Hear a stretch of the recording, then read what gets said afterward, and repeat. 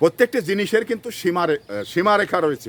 আপনি যখন একটি জিনিসকে সীমা অতিক্রম করবেন তখন কিন্তু মানুষ আপনাকে এ নিয়ে সমালোচনা করবে, এ নিয়ে মানে গালগালাজ করবে, এ নিয়ে মামলা হামলা করতেও পারে। তো সেই জায়গা থেকে আমি মনে করি একজন মানুষ হিসাবে আপনার যতটুকু কথা বলা দরকার আইন রয়েছে এর বাইরে আপনি গিয়ে টিকে থাকতে পারবেন না, আপনি এর ভিতরেই থাকতে হবে। তো এখানে আমরা এই গণঅভ্যুত্থানের পরে এনসিপির যে নেতা রয়েছেন আপনার আসিফ মোহাম্মদ সজীব ভূঁইয়া, আপনার হলো নাহিদ, হাসনাত আবদুল্লাহ, সার্জিস, এরা এমন কিছু বাংলাদেশে হয়েছিল যা বাংলাদেশের মনে হয় সর্বপ্রথম মানে সবার চেয়ে হ্যাডাম তারাই বেশি সেজেছিল। তো এখন একটি জিনিস আমি আপনাদের কাছে বলি, কারণ এই হ্যাডাম আপনি জোর করে সাজলেই আপনাকে আবার মানবে কিনা, মানছে কিনা, এটা একটি বড় বিষয়। তো আমি আমার নিরপেক্ষ দৃষ্টিতে আমি যেটা দেখেছি, তাদের কিন্তু এতটা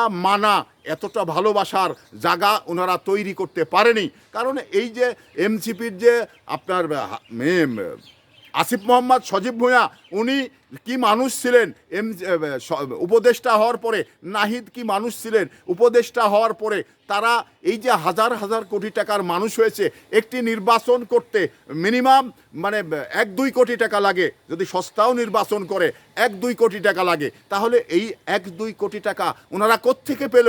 এই যে নির্বাচন দুর্নীতি দমন থেকে তাদের ব্যাপারে মানে তথ্যপাত্য মানে তদন্ত চলছে। তো এই তদন্তে আমি মনে করি ইনশাল্লাহ অবশ্যই তারা অপরাধী হবে, আর অপরাধী যদি হয়ে থাকে তাদের কিন্তু সাজা হবে। কারণ তারা যে কাজগুলো বিগত সময় করেছেন, এই যে আসিফ মোহাম্মদ সজীব ভূঁইয়া যে সমস্ত স্থানীয় সরকার মানে প্রশাসক নিয়োগ দিয়ে যেভাবে বিনিয়োগ করেছে, এটা কিন্তু বাংলাদেশের মানুষের কাছে পরিষ্কার হয়ে আছে।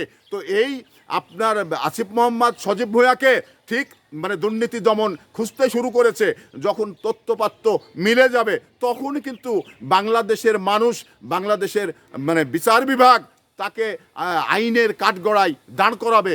আর আইনের কাঠগড়ায় যখন দাঁড় করাবে তখন আমি মনে করি তার যে চালচলন, তার যে কাজকাম, এটা জনগণের সামনে বিতর্কিত হয়ে আছে। তো এই বিতর্কের জায়গা যেয়ে সে অবশ্যই আইনের কাছে অপরাধী হবে। কারণ আইনের কাছে অপরাধী মানে আমার ধারণায়, আমার জ্ঞানের কাছেই কিন্তু সে আইনের কাছে অপরাধী হয়ে আছে। তো এই আইন থেকে তাকে স্বচ্ছতা দেখিয়েই, স্বচ্ছতার প্রমাণ দিয়েই তাকে কিন্তু বের হতে হবে। যদি না পারে তাহলে আইনে তার শাস্তি হবে।